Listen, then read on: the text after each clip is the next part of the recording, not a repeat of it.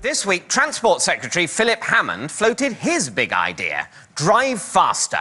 He suggested putting the speed limit up to 80 miles an hour. Why? Because safety isn't everything, and shorter journey times are good for the economy. Of course, if one person is late for a meeting, that's not as bad as someone dying. I'd probably say the same about 300 people being late for meetings. But if 10 million people are late for meetings, maybe it would be better if someone died? Possibly. It depends what the meetings are about. Safety has never been the sole consideration. If it were, we wouldn't have motorways, or cars, or service station pasties, or let footballers use work experience kids as target practice. That would be health and safety gone mad. I mean, if a multi-millionaire superstar footballer can't shoot whoever he likes, then who can? Apart from Colonel Gaddafi. The fact is that politicians have to make life-or-death decisions all the time, and they can't always come down on the side of life. The NHS isn't a bottomless pit. I wish it were. You could literally shovel the bodies in and be done with it. So, what price human safety? Philip Hammond says we need to decide speed limits on a rigorous cost-benefit analysis basis. Great. I love cost-benefit analysis. That's how I got through the bullying.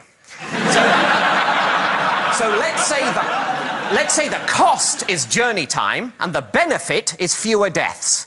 By advocating a higher speed limit, what he's saying is that the value of a human life has fallen. I think this is a very astute observation. After all, there are more people than ever, and there's a shortage of jobs and houses. In a free market, if you have too much of something that you can't use and have nowhere to store, its value inevitably falls. Yet we, because of sentimental ideas of not liking it when mum dies, and really loving our children, and being afraid of death, are artificially inflating the value of a commodity which is in surplus.